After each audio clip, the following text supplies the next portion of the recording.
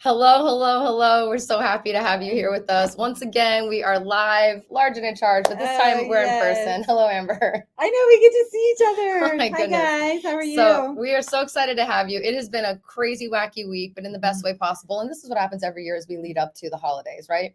It gets I would imagine we're all feeling it like pressury, right? It gets so much pressure So going I don't into know it. what's going on, but we're Yeah. happy to have you guys Yeah. here with us. So today we're actually super excited. We're going to be talking about kind of basically 5 problems that first-time home buyers or really any home buyer never sees coming, right? These are things that people just didn't anticipate. They had no idea. They weren't thinking when they were doing this, that, or the other. So we're going to run through 5 things that we see happen every single day in our industry and what we're doing. My name is Laci. I am your Las Vegas realtor and Las Vegas bestie. This is Amber Coleman. What would we call you? Your Las Vegas loan officer and wizard to game planning One you of your into clients calls me the Wizard of Summerlin. Wizard of Loans and Wizard of Summerlin. You're like the Wizard of Waverly Place, but in Vegas. So we're super excited to have you here again. So it is Wednesday. We're going to be going live again on Friday. This time we're going to do a little holiday fun. We're going to give you guys a chance to ask us any questions. So don't forget to tune into us on Friday at noon. I think we're going live at noon again. We're trying to go live twice a week for you guys. We're doubling up. There's a lot of information to give, and we're sharing giving it good all. info with you. So this coming Friday is going to be a live Q&A with some little holiday fun. We're going to have some holiday, maybe some giveaways, some fun stuff like that. So we'll talk more about that. But let's just jump into this. All right, Amber? Okay, let's do it. All right, Amber's been doing this for a lot longer than I have. Are you going to age me right now? No, only because she started when she was in diapers. Oh, there you go. See, you I didn't give me a chance. But one of the biggest things, Amber, I think that people, when you get the thoughts of, oh, somebody said it's a good time to buy a house, and the first thing you do is what? What do you do when you want to think, maybe I should go look for a house? What's going on in the housing market? You go checking online, right? Yes. You go to Zillow, Redfin, Trulia, I don't know, Realtor.com, all the websites that claim to have all the information about what it is means to buy a house right now. National level stuff. But what they don't realize is a lot of times people think they know what they can qualify for, right? Yeah. So the biggest way that people set themselves up for failure is they start looking online and then they start falling in love with these houses that might be a little bit out of the budget.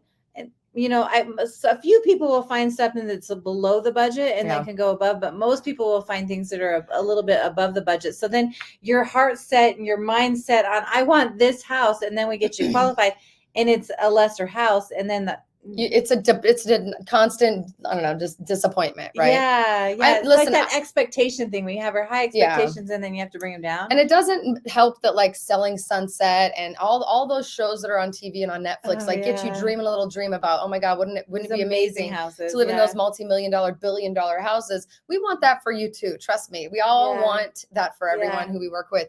But inevitably, we can all afford to live in those $1 million houses. So I like to dream a little dream. I love watching online. I love looking in MLS. I love looking on Zillow, but I only do that knowing I'm dreaming a little dream. I do not ever do that thinking it's time for me to buy a house. Let me see what's out there. What the best first step for you, the one thing, the biggest mistake that you make, the thing that you don't see coming is that best first step is always going to be get pre-qualified. Now, a lot of you guys may say, I don't want to get pre-qualified. I don't want them to run my credit. I don't want to ding my credit. I'm not even ready yet. I'm just looking online. That's great. But if you're serious enough to be looking and trying to find out neighborhoods and looking a little deeper to look at areas you might want to live, you're ready to start talking to someone like Amber. So what I like to say to a lot of people when you guys call is, I don't care if you call me now or if you move here now or 10 years from now, I want to be the person that you talk to now. So same thing goes with Amber. Like, we don't have to do a hard hit on your credit, right? When you call, we could just seriously have Amber look at us as in a soft way, right? Yeah. So what a soft pull is like, just like when you guys look at your credit online, that doesn't show up as an inquiry in your credit report. So you don't have to worry about points. I can do the same thing, pull a soft pull, get a good idea of where you are at so we can see if there's a game plan we need to come up or if you're ready to go right now. Like we could do that without having to do anything that would put it on your credit or show up. If that makes sense. I think a lot of people just assume I can't call a lender till I'm ready because I'm going to be pressured. They're going to be calling me. They're going to be asking me if I'm ready. Even if you know you're not going to buy. We're not pressuring. I mean, I hope that you can tell. I pressure a little bit. Like, you better call me at that phone number right there on the bottom of the screen if you're thinking about buying, right? But at the end of the day, even if you're not but a year out. Like I have people calling me that aren't moving till next year or even the year after, actually, and even a couple years after that, which is totally okay. Yeah. But if you think you're going to have the same job, if you think your income is going to be somewhat similar, the only thing that really is going to be a big factor is going to be how much money you've saved between now and then, but also what the interest rates are, right? So Amber can help you do scenarios for what those things might look like. So you can get a really good ballpark idea of, I qualify for $500,000. Cool. I'm not really comfortable with that $500,000 payment. So I'm going to maybe bring it down to $475 so that I feel better about what I'm making. But it gives you more tools in your hands to be looking within the range of what you're qualifying for, and gives you a chance to really look at, if you did up the budget, what's the difference in the houses you might want? If you did lower the budget, or what kind of negotiations we need to do. Well, you know what? That's another, you just brought up a great point with the payment, because if you're looking at certain houses, you might not like the payment and you might want to go below that too. So right. Just because you qualify for 500 doesn't mean you like that payment. Yeah. Right? And set expectations. And then we can talk about market movements and all kinds of stuff so that you're, you walk into it a little bit more educated. Even if you're not looking to buy for a year, at least you know what to look for. So the lesson number one is, the one thing you didn't know was coming is that you basically might be setting yourself up for deep, deep disappointment or just frustration, or really not having a clue, right? So what we want you to do is, first steps first, text me at that phone number on the bottom of the screen, or click the link in the description or the pinned comment. We'll have a conversation. We'll chat. We'll see what's the deal. And then even if it's 10 years from now, I still want to say hi. I still want to meet you, right? And then we'll pass you over to Amber. She'll talk to you a little bit about your scenario specifically, and then you can go shopping and have a good time, and then call me when you're actually ready. The other thing too is, you don't have to use Zillow and Redfin and all that. You could actually, once you know your budget, have me set you up with actual listings from MLS, which some of them are on Zillow. Not all of them are. P.S. Not all of them are. Live and too. It's live and immediate, versus Zillow, it takes time to aggregate, right? So just keep that in mind. So lesson number one is, don't go shopping until you know what your budget is. You can dream a little dream, but if you're even coming close to sort of considering, what's the neighborhood? Where do I want to go? What are some questions? You're in a place where you need to be talking to us, right? Yes, you are. Yeah. Okay. Number two, and this is one that I don't know that most of you guys, I think people are getting smarter about how online marketing works and how all of that. But like, I'll tell you what, for the last couple of years, some people were so frustrated by the time they called me because of what we're about to tell you, that it was like, oh, I wish I would have done something or told you. So this is our chance to tell you. Anytime you submit your information online, I'm not talking about my form to me. My form is a private form. It's not on my website. It's a private Google Doc, so that it's not able to be stolen from anybody, right? My information is private. The information you give us is always private. We don't share your information with anyone. But that is not the same for Zillow, for Redfin, for Realtor.com, for any mortgage calculator, anywhere online that what you want to find out what you qualify for. The minute you submit any of your information, you're going to be bombarded with 500,000 phone calls from realtors, from people who want to sell you their loans, from people who want to talk to you about moving, from moving companies to, I mean, you name it, your information is being sold and divided and sold and sold and sold again. Am I right? Yeah, I see it all the time. So before people will call me, right? So not all the time, not everybody does this, but I see it happen a lot where they'll go on and they'll put it in, like maybe to Zillow.com, and say, okay, I want to get a quote on this, right? So they're selling your information to all kinds of different lenders, and they do the same thing, like just with all the things that you said. And so by the time they're like, okay, I got to talk to somebody I trust, and they call, their phone is blowing up. They're in such a frustration level. And they don't know how to get it to stop. That's the other thing. Well, you can't get it to stop because the selling continues and continues and continues. Yeah, those lists are sold and resold and resold. I've gotten phone calls from something I did accidentally 5 years ago that are still, where did you get my phone number? And they have to disclose it. And then they tell you, oh, we got it from, you filled something out on Zillow. No, I didn't. Trust me. No, I didn't. Yeah. So to take down your frustration level and to help you out a little bit, like go to the trusted source, right? 1, 2, right here. To be able to get, because if you're going to do it online, you're going to be frustrated because you're going to get so many different calls. Absolutely. The other thing too is, so many people try to do house hunting on their own, even for rentals, right? And I know it's difficult with the rental market. I know it's difficult to get answers. Trust me, I know. I'm dealing with a rental client right now who it has been a nightmare trying to just get the people who he's going to be renting from to reply to us with information. So what I don't think a lot of people realize is, when you go to an actual listing on Zillow, for instance, and you go to the bottom, it says, contact me for more information about this listing. That's not the listing agent. Yeah, it's so tricky. FYI, that's not the listing agent. If you want to know the listing agent, you have to actually dig all the way down. For the ad.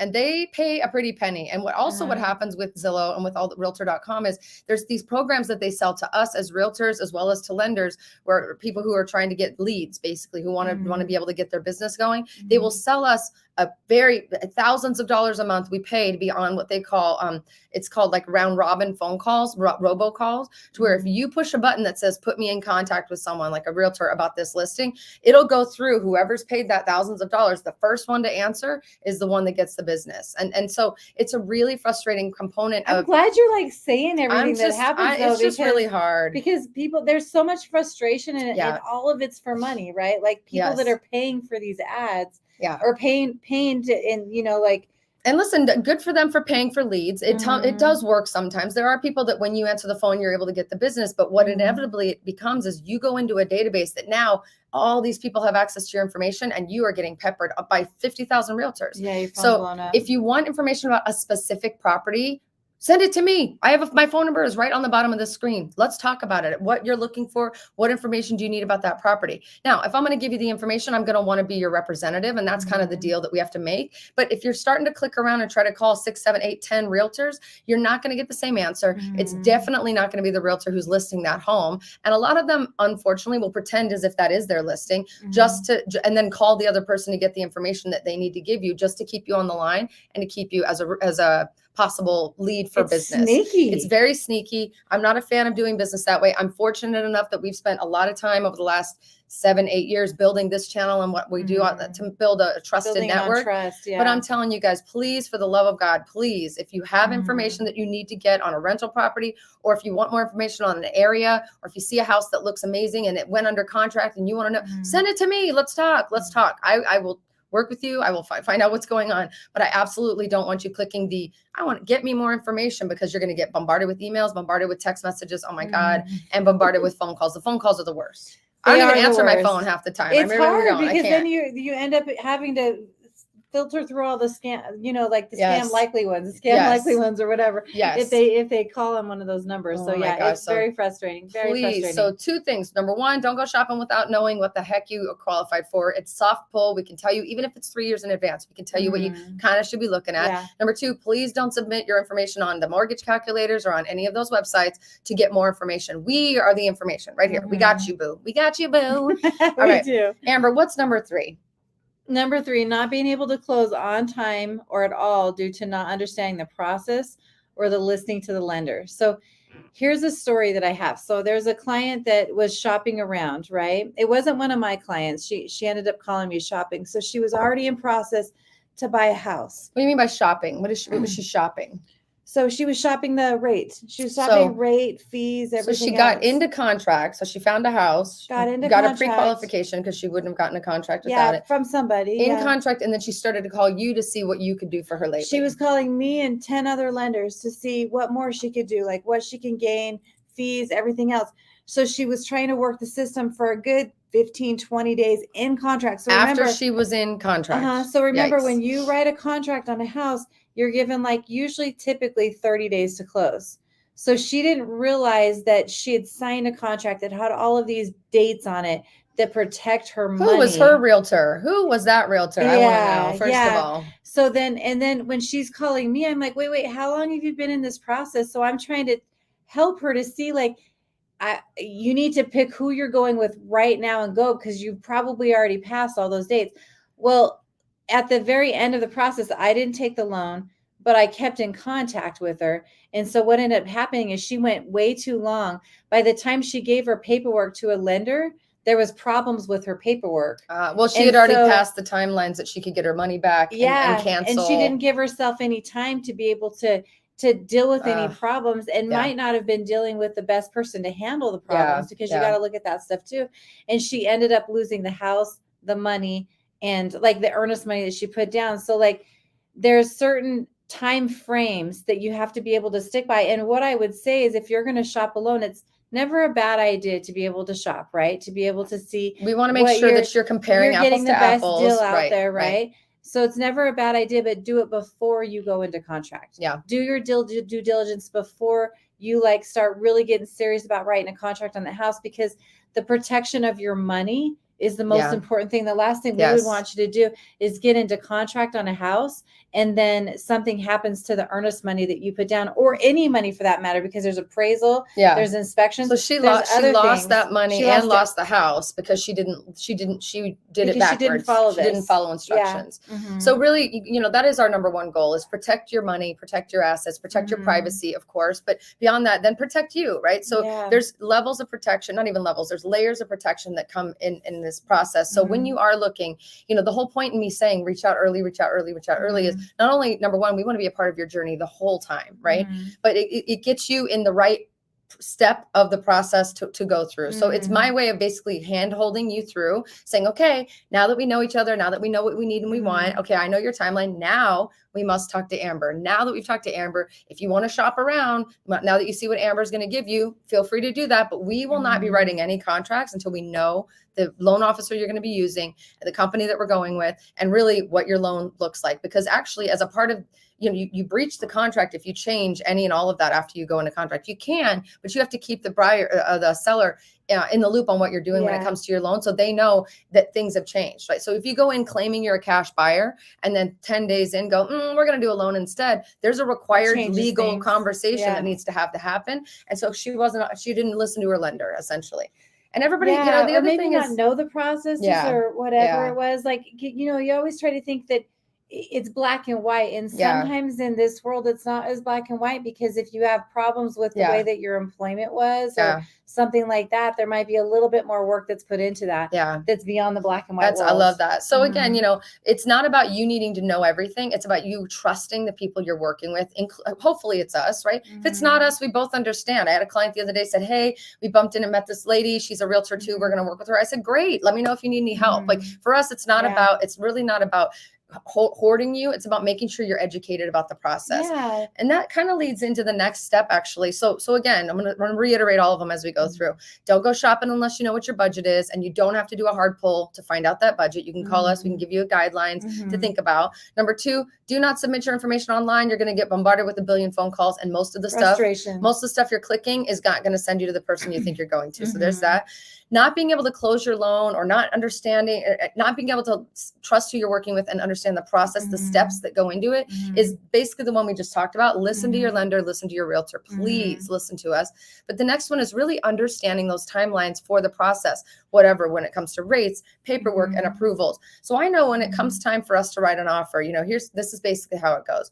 You got to get that pre-approval first, right? So you guys have to start your process with Amber. Conversation starts with me because, well, who doesn't want to talk to me first? I know. Who would not want to do that? And plus, because I know some of you are like far out, right? So I don't want you to feel like you have to wait to talk to me before you get to talk to Amber. So we always talk first. I want to start the relationship. Amber's my trusted lender. We've got several that we work with. Amber's the one that is awesome and brave enough to do these amazing videos with me, and she's my fave. So really, once you start with Amber, she's going to help educate you on, okay, here's what I need from you. Here's what's blah, blah, blah, blah, blah. Once we get that paper from her that says you're approved for this much money, and you guys all nod and say that's what we want to go for, it comes back to us, then we can start shopping. But that's not it, right? Then it goes into, okay, now we found the house. Okay, great. Here's the deal. Here's the timeline that we need to close, 30, 60, whatever the days are that you and me have agreed on that we're going to propose. Here's the number of days we have to like pull out if for any reason you want to pull out after your money's deposited and all that stuff, because there's literally a timeline for everything. It's timeline to write the offer, timeline for them to reply, timeline for us to get into escrow, timeline. There's 2 days or 3 days you have to get your money into the bank, or they won't pull the house off the market.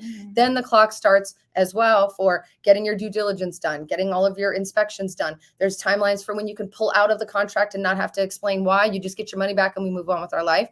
But those things are super important, and that's our job, my job, to help you understand. So really making sure you understand those timelines and that process. I like to do an email with my clients that basically outlines everything. Things shift a lot during a transaction, right? Like, as well as I do, let's say you get an inspection and we need a few extra days to decide what we want to ask for repairs, or we need a few extra days to get a plumber out there to see what the cost is really going to be. So things do change, but initially we send an email that says, here's the deadlines that you need to be aware of. We're going to help call you and keep you on task for all of this. But a lot of people don't pay attention, right? They assume I'm in contract on the house. Here's my information for the request for repairs. But other than that, they just want to go to sleep and start packing and thinking about moving. We need you to stay engaged with us the whole time and listen to us. When we ask you for something, we need it back. What do you think? Absolutely. The other thing to keep in mind when you're looking at the timelines too, is when you go into contract, you have an interest rate and we lock in the rate. So like there's also that timeline too. I mean, we all help watch this, but we educate you along the process too. Because your payment could go down or up, right? If you don't lock it, your payment could be definitely. The rate. Well, you have to make sure we're locking it at a certain time too. And then closing it within that time period. Because usually when you lock it, it's 15 days to 30 days. So there's timelines on both sides of it, which is important to have like a trusted advisor, so that you make sure always that thinking about somebody's you. watching after you, to be able to make sure that you don't miss anything and educating you along the way too. Every single day. And a lot of times people read the contracts and things like that wrong. So they think, well, I have 5 days to cancel, but that's 5 business days. Well, you don't have 5 business days. You have 5 contracts, actual calendar days, right? Some things are calendar days. Some things are business days. It's all written into our standard contracts that we have to abide by. And so because we do this in and out every single day, it's our job to educate you, but we need you to not only listen and understand it, but do what we ask you to do, right?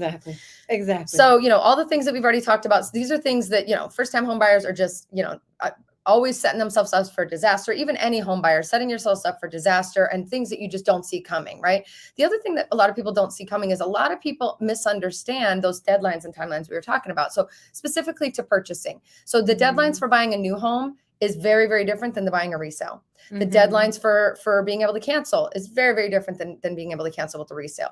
Deadlines for getting your inspections done, everything is so different. And you're almost kind of like a contract advisor almost, because contracts are intimidating. Absolutely. But you help walk people through how to like read them, do them, know what dates you have to do this, know what dates you have to do that, all that kind of stuff. That's the whole point, is it's our job to make sure it's done by those dates, but it's your job to listen and just understand them and respect them, right? Respect them and respect our opinion when it comes to, hey, we got to really get that done. Hey, we really got to get that done. You'd be very surprised that I know it's overwhelming. Relocating, we do 99% relocation on my team. So relocation, really difficult, very overwhelming. So we really do everything we can to try to make that a simple, clean process. It's not always perfect. We're not perfect. We're human. But I'll tell you what, losing your money, risking your money is something that we'd never do, right? Losing your house, risking your house is something we never do. All the other stuff can move up, down, left, or right, but our job is to protect that. So understanding those timelines, respecting them, and really paying attention to those timelines with us, super duper important. Exactly. Let's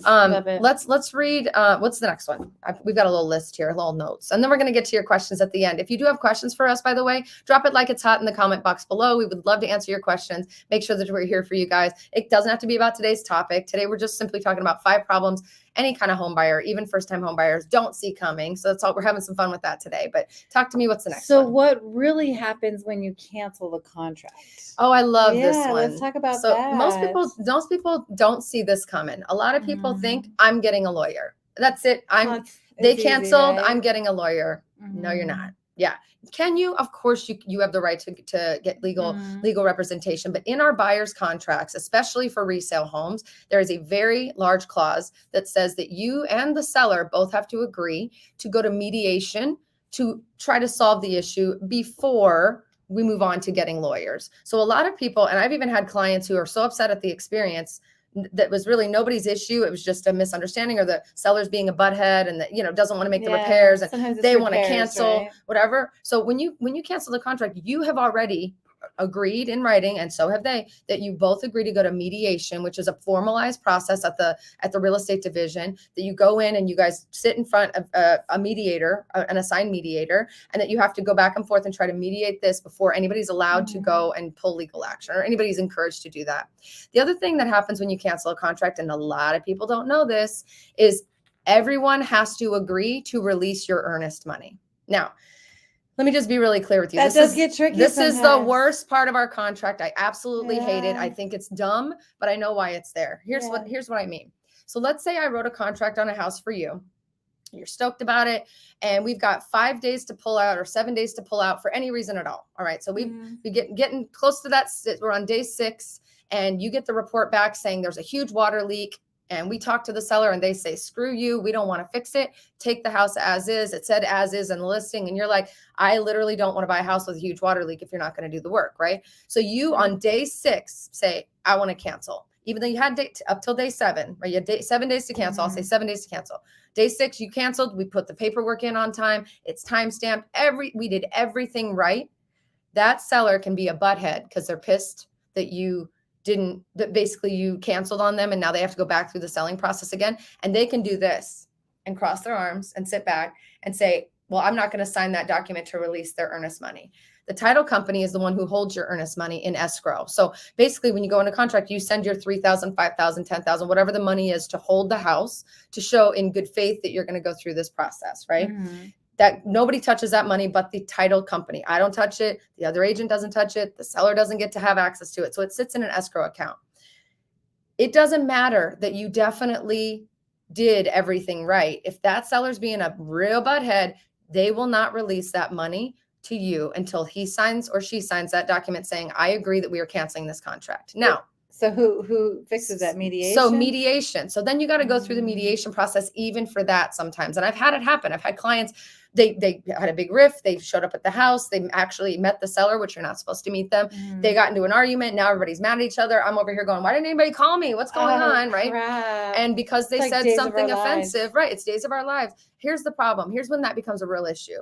If you're on a timeline for moving and you need that money to go into a contract on a new home, you're screwed. And you have to go into mediation. Mediation can take sometimes 4 or 5 months to get into. It's that far scheduled out sometimes, right? So then your money is sitting there 4 or 5 months until you're waiting for that mediation. You're going to win because we've got all the documents and the timeline saying what I just mentioned. We submitted it on day 6. They're just being a butthead. They wouldn't sign off, but they can sit on that money until until the mediation is done.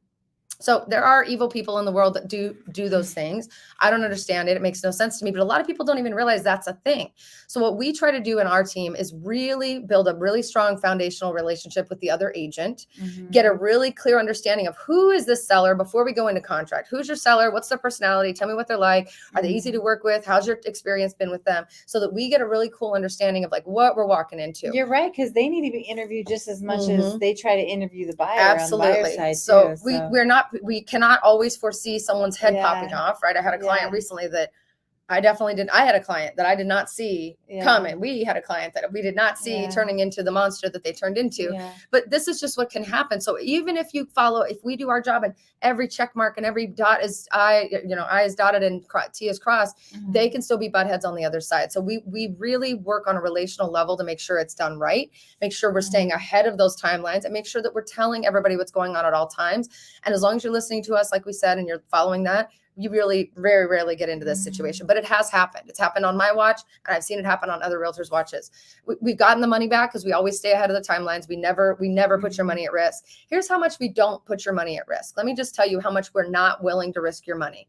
I've had clients in the past that, we're waiting to hear back. I'm waiting to hear back from them, Guys, it's 11:40. And if we don't submit this and sign it and send it over by midnight, your money is now at risk. They can keep your earnest money. So I need you to sign this document. You're staying up till midnight. I'm staying up. Of course I am. Are you kidding? So I have genuinely sent at 11:45 a cancellation because my client's not happy. They're not happy. And I have to automatically cancel your contract in order for you to save your money. Week doesn't mean that you cancel, doesn't mean that you can't get back into contract and keep things moving. But to protect your money, I have to on purpose cancel your contract if the timeline's running out and nobody wants to make a decision to protect your money. So this is stuff that we have to make decisions on every single day. And most people don't even know we're thinking about that, to be honest with you. So please, please, please understand the due diligence, listen to your lender, trust your realtor, and then understand what really could happen if things go sideways. You can't just run out and get a lawyer. And the other component that I didn't mention was, let's pretend it's the market we were in 2 years ago. Okay. Where houses are flying off the rack and the prices are just going up, right? You're in a position where you got to get a house, right? Or maybe you're not in a rush, but you don't want to pay more, right? So you're now in a position where that money is just sitting in escrow that you could use to put down on another house. You're now being forced to wait 3 or 4 months where the market's going up. So now you're paying more for a house when it comes time to actually getting into contract and things like that. Oh, geez, I'm getting anxiety. I know. I'm telling you, this is stuff we deal with every single day. So Basically, what you don't see coming is you can't get a lawyer and that they can keep your money anyway. Not keep it, but they can tie it up for sure. So please listen to us. Let us know. I mean, it's good to get, like, I don't think many people know what you're talking about right now. They don't. All of the stress that goes into the back end, because there's so many people that you're having to keep happy. Well, when you know as well as I do, when you do this job, we are working with two things. People's emotions. Yeah, it's an and we see the worst and the best of everyone. And I love you all, my sweet clients, but I see the worst and best of you because it's the highest, the biggest, most expensive thing that somebody's ever going to buy. The highest level of risk for these people, right? So you're dealing with money and emotions. Those are two things it's a real hard balance, right? So if you're thinking about getting into real estate, call me. Let's talk. I definitely want to talk to you and see if I can help guide you. But this is something you need to be aware of. So that's really what we wanted to talk to you guys about. The real message here is this is why reaching out to us early and often matters. I'm not kidding. I probably 100 to 200 calls a week, depending on the month. And I will 30 minutes a call for the most part. And I will answer your questions. I will cheer for you. I will get excited. I will do my best to get you. She's a really good cheerleader too. I'm a great cheerleader. She's like the best cheerleader. Is that what you did in high school? No, they asked me to be a cheerleader, but I didn't want the reputation, if you know what I mean. So I got the reputation anyway. No, just kidding. I didn't know. No, I was a dancer, not a cheerleader, but I can dance my way into your heart. But either way, it's my job to start the conversation and build that trust in that relationship. I want to meet you. I want to get to know your dreams. I want to be a part of that conversation. You then get to talk to Amber. And it's my pleasure to talk to you. And it's my job to work that game plan, to help you see the financial benefits, to help you see the numbers, the monthly payments, to walk through, okay, where are you comfortable? Here's what you qualify, where are you comfortable? And then, or to even set you up and say, okay, here's what you need to work on in order to make this dream happen. Like, again, there's always a how, right? We don't need to know. We don't need to know right now, but I can help you to see the steps to be able to get to that, how you get into your house, how you make your dreams There's happen. A reason she does the numbers and I do the shopping. Okay. There's a then we send you back to Laci and you get to do the fun thing. Then you go shop. We play ping pong a little bit, but it's fun and we try to make it fun. And listen, this is not really a fun process to begin with. Like, this is scary. So we do our best to make it fun. But all that being said, please reach out to us sooner rather than later. I don't care if you're not buying a house for 10 years. I'll do a call with you. Let's talk. If you're coming to visit Vegas. And who doesn't want to be friends with you? I mean, right? Hello, right? So that's the bottom line, is reaching out to us matters. Building a relationship with us matters, because when you are in a sticky situation or you're in a position to where you're ready to start shopping, you want people who already know your story, who've taken notes on what's going on, who have been keeping track, who have been really kind of cheering for you along the way, and who have diligently shown up every freaking week, sometimes twice a week, on the damn internet to the freaking world at large. To the world at large. This is major. To continuously bring value to you. This is what we want. So I'm going to review the 5 once again, just so you guys know. Do it. 5 things you don't see coming when you're starting to shop for a house. Number 1, shopping online. You're going to set yourself up for failure if you haven't called us and figured out what you actually might qualify for. You may think you know, plus your payment, right? You may think you know, but you have no idea. So please don't use mortgage calculators and all that. Please don't go to Zillow and start clicking, I want information on these houses. That's number 2, because you're going to get called and bombarded and you're going to be sold time and time. It's like trafficking. Okay. They're going to traffic your information and there's never a good thing with trafficking. It's it's like so you're being trafficked. It's so gross. So don't be in the gross, be in the good. So don't shop online without knowing what you can qualify for. When you're shopping online, please don't click the buttons and put your information out there. Please, for the love of Pete. Limit your information online. Limit it. Side note, when you submit information to us, it is always protected. We never sell your information. Please, please, please come to us. Please, when you're in process, listen to your lender, listen to your realtor, know who you're working with before you get into contract, especially the lender. Don't go shopping around after you're in contract. You will lose your money. Do the shopping before you get into contract. Understand your timelines, respect your timelines, and definitely just get an idea of what's going on when it comes to what is it, chicken or the egg? What comes first, right? The next thing is due diligence and timelines, listening and paying attention to. If I say we've got a deadline, we got a freaking deadline. We got to meet that deadline. And then the last thing is understanding what truly could happen and the risks involved with going into contract, the process involved with getting your money back if somebody's going to be a butthead, which doesn't happen often, but it happens. And understanding that it's all going to be different. It's going to be different with the resale than it is for new homes. And the other thing I wanted to say too is a lot of people think that they need to have a lawyer review their contract. We're not a lawyer state, meaning you don't need to have a lawyer involved. You have to have that, yeah. But some people elect to have a lawyer review the contracts anyway. I'm just going to be very frank and open. I'm not allowed to tell you not to go to a lawyer, but I'm going to let you know that it's a waste of freaking time. And here's why, and money.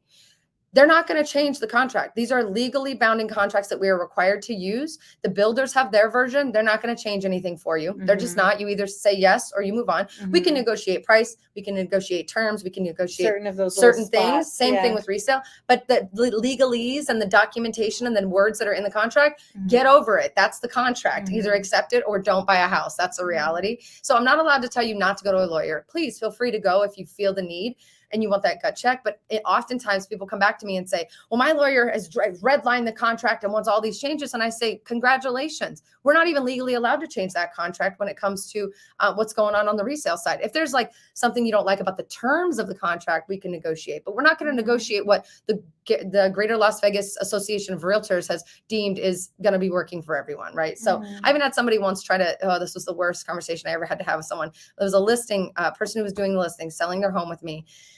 And I quickly realized this is not the right client for me. I actually ended things with this client after this conversation, but he said he looked at the contract, and in the contract, it says, we're not allowed to discriminate against anyone for any reason at all. There's lots and lots of, this is fair housing, right? We're not allowed at all for any reason. And he was very blatant about the type of people he wanted to sell his house to and the types of people he didn't want to sell his house to. And I quickly ended the conversation and said, I'm so sorry. I'm not even legally allowed to come have a conversation beyond the fact that I'm not breaking. I would never ever do that anyway. But on top of that, no, we cannot change the contract. You are not allowed to discriminate against anyone. And even if you were to go sell your house on your own, you could be held liable for discrimination if they found out that that's what you were doing. So, so even down to the nitty gritty of that kind of stuff, you can't change it. So just understand it. Understand what it really means for you, layman's terms, and terms of contracts is all you have control over. Price, terms, that kind of stuff. Language, not so much. Yes. All right. So anyway, so long story short, we want you to reach out to us. If you're thinking about buying a house, if you're thinking about moving to Vegas, if you're thinking about selling a house, I want to know. I want to know today. So there's a phone number that's been scrolling down at the bottom this whole time. We would love to chat with you. Text me anytime. Call me. Happy to chat with you. Texting is usually faster, just saying. And then beyond that, there's also a link in the description and the pinned comment. So every now and then phones don't work and texts don't come through or whatever. So just reach out in any way that you can see necessary. If you don't hear back, then there's probably didn't get to me. So definitely click a link or do whatever, but we would love to chat with you. We've got quite a few things coming in here. So we are definitely going to run through some of these questions. Thank you for popping in here to this. Oh, Sammy Bowen, who is the newest client who's been following us for ever 5 years. Has it been 5 years? Sammy, how long you been following us? Sammy is now to get you in a house. Ready to buy our house. She is one of the people who reached out early. We built a relationship. I'm gonna cry. I gotta take it off. I'm so excited about getting to shop for a house with her. We were just texting last night. Sammy, it's gonna be a happy day. Congrats on your pre-qualification, babe. We're so happy for you. But we're still working on it, but it's almost there, babe. Yeah. Almost. No, she's making moves, girl. That's a congrats. She is making moves. That is definitely a congrats. Cheryl says, I'm watching from Michigan. Hey, Cheryl. Thanks for tuning in. Shelly, hey, Shelly. Amber, it's Shelly. She said it's Shelly Murphy. Hey, Shelly. Good to see you. She says, wish we could have talked today. Let me know who you would recommend. So we're going to chat with her after this. That's awesome. Thank you so much. Cheryl says, thank you for the information. Sounds like a nightmare. It can be a nightmare unless you have people like us working with you. You got like the people that I hear of have nightmares are because they haven't made the right choices in who they've worked with. Yes. No, there can be nightmares as well with stuff that we're doing. Definitely. Don't get me wrong. Things that are beyond our control, but you don't want to add to that. No, we don't want to add to. Let's make it an easy go. Michael says, what's the best website for commercial property? So if you're looking for commercial properties, Michael, my team actually does commercial. So I would love to work with you on that. I have some of the best commercial agents in the city that are tied to my team. And I do a little bit myself. We use LoopNet, and there's a couple that we pay for that are only accessible by realtors. But we would love to set you up and send you some information on what you might be looking for. So click the link. I would love that. Shelly says it's absolutely right. Hard to find good reputable people. Well, you found them now, guys. So don't worry about it. Get y'all set up. Oh, Michael's saying very good information. Thank you. You guys are the best. Thank you. All right. Let's see. David says skip the inspection and cost, but I knew 2023 home buy a new home like I did in Symmetry Trails, Cadence, DR Horton. The neighborhood is amazing. David, that's awesome. I was actually just showing Symmetry Trails yesterday. They're cute condo or townhomes. They're really, really cute. Cadence is a gorgeous neighborhood and it's really growing. I was there yesterday and I was like, oh my God, I could not get over how crazy it was. David's right. If you buy new, you don't have to worry about the inspections, although you still can get one. And sometimes I recommend it. So let us know. Let's see. Is it easier buying with builders? Good question. It's not easier when it comes to the lending part. Would you like to touch on some of your lending comrades? So here's the thing with the builders. So, because the house is depending on what house you like, new or resale, right? But with the builders, a lot of them are giving incentives because with the current market of rates, they're trying to control the industry, right? Yeah. So what they're doing is they're buying rates down with the lender. And most of the time it's the lender that they own. Yeah. Because then they could double side this thing. So you're going to be dealing with a lender that's owned by the builder, in most cases, some cases not. It's just a relationship to be able to get that rate. Sometimes that's not the most desirable way to do it because those are people that are moving people fast and don't really have the time to look deep into a situation. And it's not fun. Sometimes you run into problems. So there's been many times where I've had clients that go buy a builder and I'm not the one doing the loan because they get a better incentive. Then I will always be straight up with you and tell you, we always do. You're going to be in a better place by using this lender, but they'll come to me and say they can't figure this out or that or this out. So then I help them and help them to say, here's how you figure it out. So go tell them this. So Amber actually often is educating for free, mind you, for free. She does not make money. It's good karma. The lenders in the city that don't know what to do or don't have time or are overwhelmed or just aren't educated like she is. So when I say we're often bringing hope on a lot of levels, but also education across the board. I do the same thing with other realtors. I have realtors call me all the time. What would you do with this deal? How would you handle this? I'm in a contract. I don't know what to do. And I don't know everything, but I know if I know a little bit more than them, I'm happy to help, even if I'm not being paid. So it is a little easier when buying a new home with the builder when it comes to inspections not needing to really be a huge part of the process. There's no repairs needed. There's not really a lot of back and forth. So yes, it can be a lot easier to buy new. It's also, hey, it's nice. You get to build a brand new house. It's all yours, there are easier and harder parts of that process. So, it's almost like I tell people, if you're going to take the incentive from the lender, of course, Amber wants you to do that as well. We want you to do what's right for you. It's going to come with some pain in the process. So you're paying for the pain a little bit, and we try to do our best to make it easy. So great question. JF wants to know, can we talk about how starting a new business and opening new lines of business credit can affect the home buying process? JF, great question. So starting a new business, awesome that you're going to go out on your own and start your new business.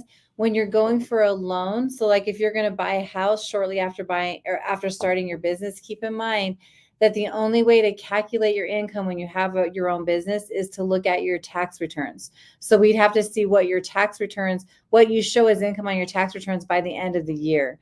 So, and then a lot of times it takes 2 years tax returns too, especially when you just started your business, because we got to see some longevity there for it. So just keep that in mind when you're starting up a new business.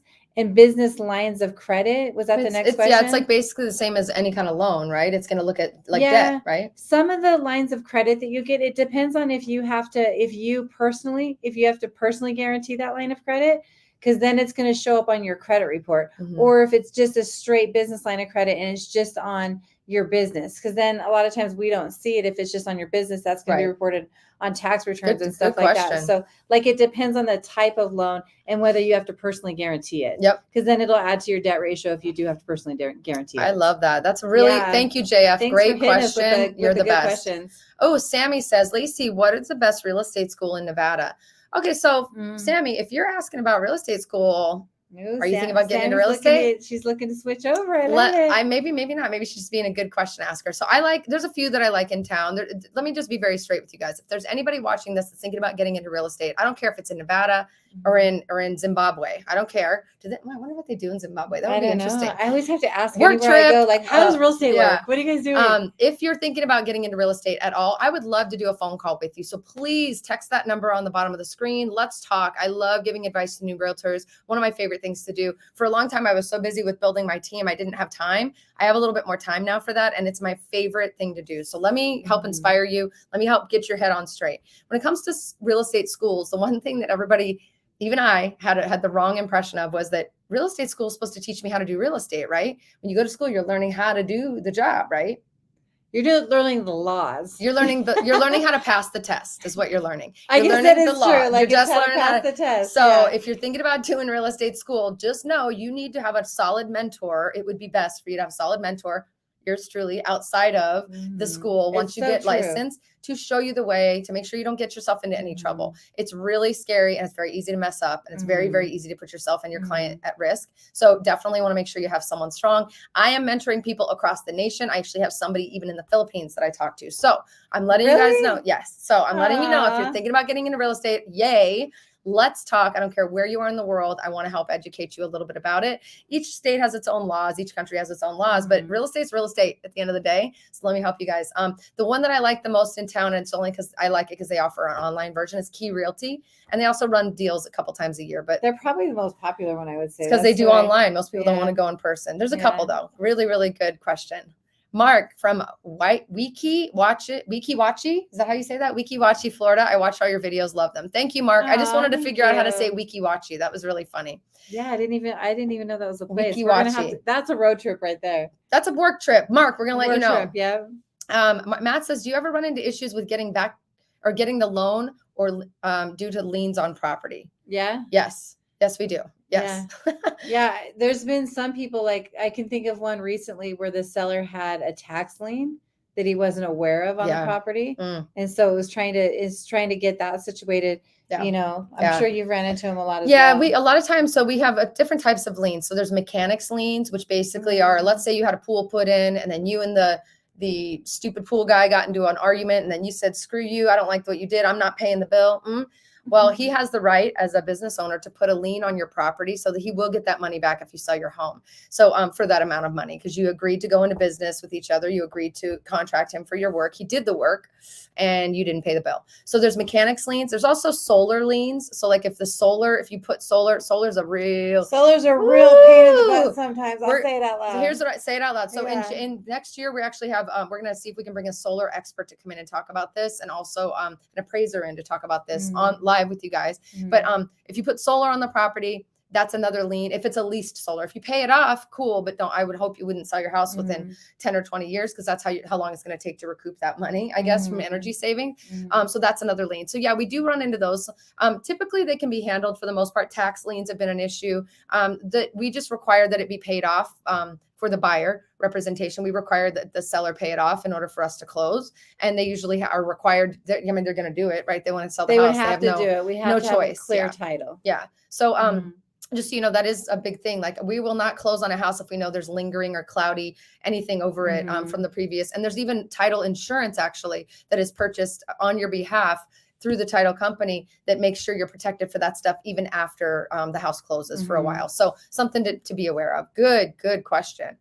Oh, Richard DeToy. Hey, Richard. Good to hear from you. Great information and advice as always. Thank you, ladies. Thank you, Richard. Matt Smith coming in hot again. Matt, I want to meet you. I just want to give you a big old hug. You always have the best questions, Matt. Do you live here, Matt? We definitely need to meet. Matt, please say hi to me in person. What's the most common thing you guys see that gets properties stuck in escrow forever?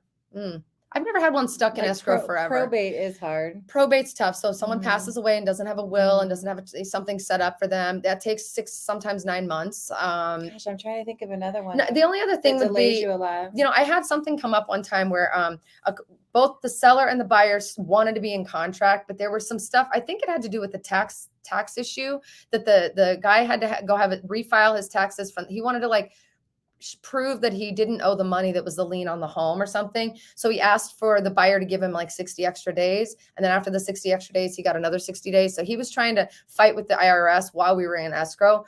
I kept advising, like saying, let's That's just pay it fine. off and let's close, and you can go fight them after. But I think Yeah. he really needed the money, the full amount of money from that 'Cause he didn't escrow have enough. because he didn't have enough money to pay. So, he didn't have enough for what he needed to do next. So that kept us in escrow for, oh my God, And what you felt can like only 5 do that months. kind of thing in like big time seller Big markets. seller markets, yeah, where a so buyer's willing to do whatever. It was several years ago, but it was not Mhm. fun. But that's about it. You know, Mhm. typically we're in and out of escrow within 45 to 60 days, usually 30, to be honest with you. Mhm. And the only other thing that can keep you in escrow forever is if you are building a new home and a pandemic happens and things like, you know, supply Yeah. chains are affected and they Yeah. can't get the windows in and they can't get the appliances in or whatever. So those are the kind of things that we've seen, at least in my time doing this business. So Great question again. all right. Let's see, John. Well, you can buy your way out of a contract, can't you, if you don't want to keep it?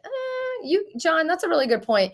You can. I mean, we never want our clients to have to buy their way out of a contract. If you're in a position, you're kind of doing that by releasing your earnest money. That's what the earnest money is for. Mhm. So let's say you get to a contract and you're in the contract 15 days and we're past all of the due diligence. There's no, let's say you're like 5 days before closing. In fact, we just had someone 5 days ago almost cancel their contract. So let's talk about this. So getting all the way through to 5 days before closing, and there's no way to get your money back if you cancel at this point. We've waived all of the money, all the deadlines, everything has been waived, and something happens and you just don't want to buy the house again, or God forbid you have a death in the family and you now can't move, or God forbid you lose your job, or that would probably be a loan thing, but like, let's pretend we've passed all the due diligences. There are ways, but really the way to buy out of a contract is to say, I will release my earnest money. I don't want this house anymore. So that's why the earnest money conversation is really a big one, and how much you put down is really important. Usually they want you to put down like 10%, or sorry, 1% of the sales price. So, you know, you get 3,000, 3,500, 5,000, 10,000, 15,000. So depends on that money is at risk, not a little bit of it, all of it is at risk every time you guys look to maybe canceling or you know, breaking the contract.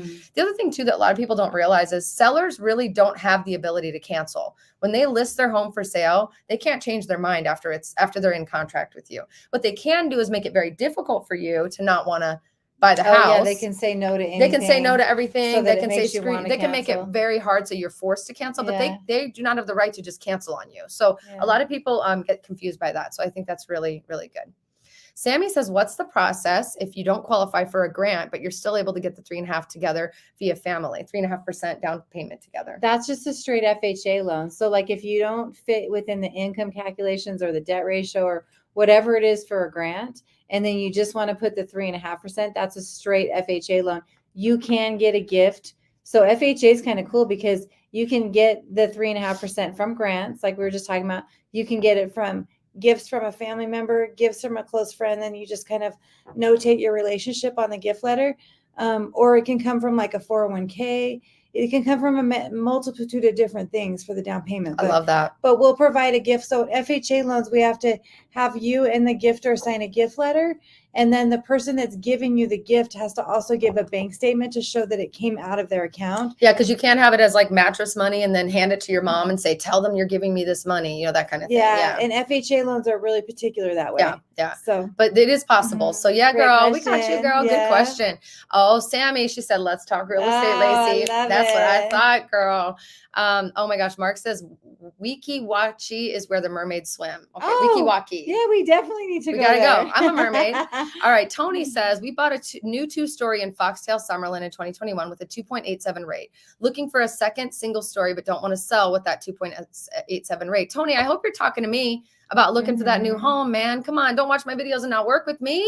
Let's go. He says, how much harder is it to qualify for a second if I keep it? So if he wants to keep the house, which I would love for you to do, by the way. Yeah, because that's just a gift and a rate right there. Oh my God. Your payment that you pay on it, because it's so low of an interest rate, what you can rent it for, you're going to probably gain so much more. I'll run those rental comps for you so we can see what you would make in rent, sir. But that looks like income, right? That looks like a business right there, right? Like that looks like income. So definitely look at that way. And then if you rent that house out that you're leaving, and then you buy another house, that rent that you're getting on the house you're vacating like offsets the payment. So then you can qualify for another house. That is the sexiest thing you've ever asked. Tony, please let me be a part of this process. I love that you have that house. Congrats on Summerlin. Beautiful area. I love Foxtail. If you're looking for a single story, there's quite a few out there. I've got a line on a couple that aren't listed just yet, but let me know if you're not shopping with another realtor yet. I would love to talk with you. Text me on that number today. I would love to chat.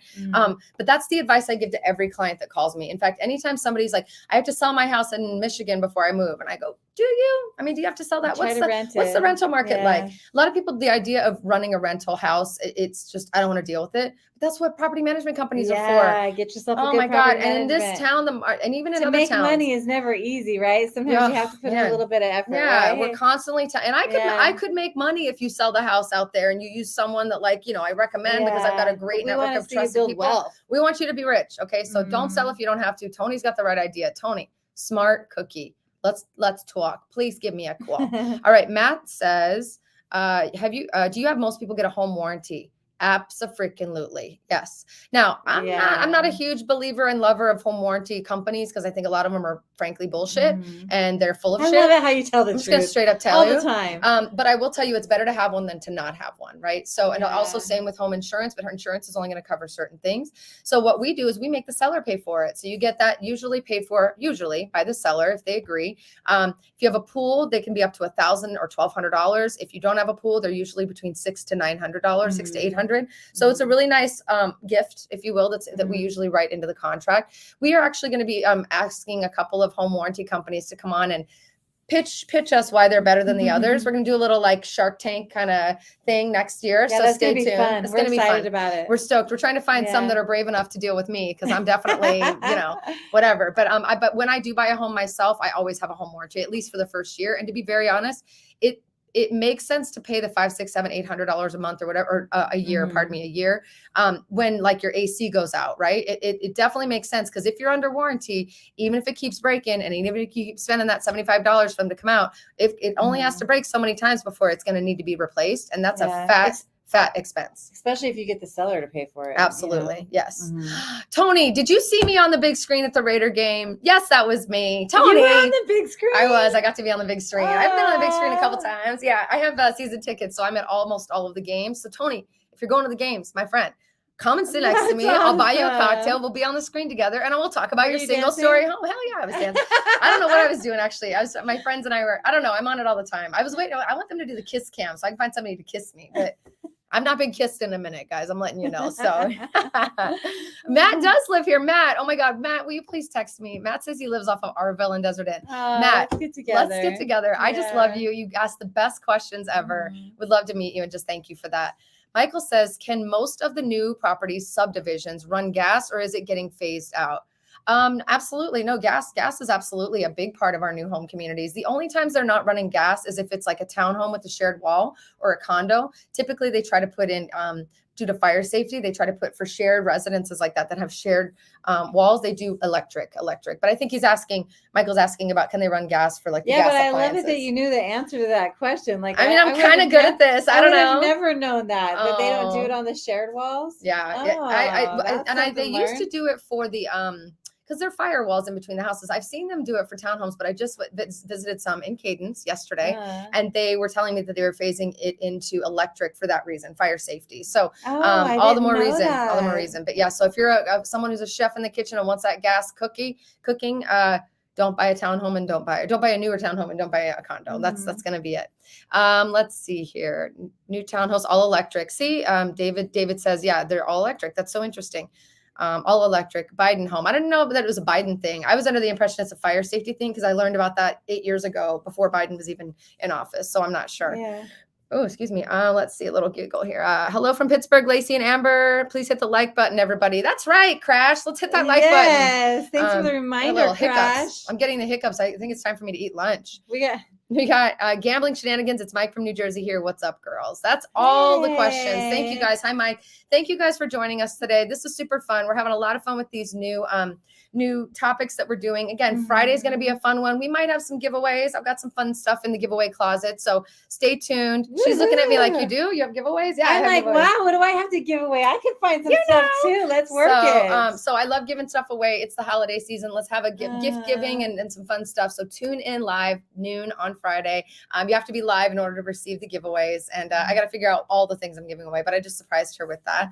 Would love to see you guys live. It's going to be a holiday extravaganza, but also just a live Q&A like we just did. You guys are bringing some of the best, most awesome questions. Thank you so, so much. We're really, really grateful that you tune into us at all times.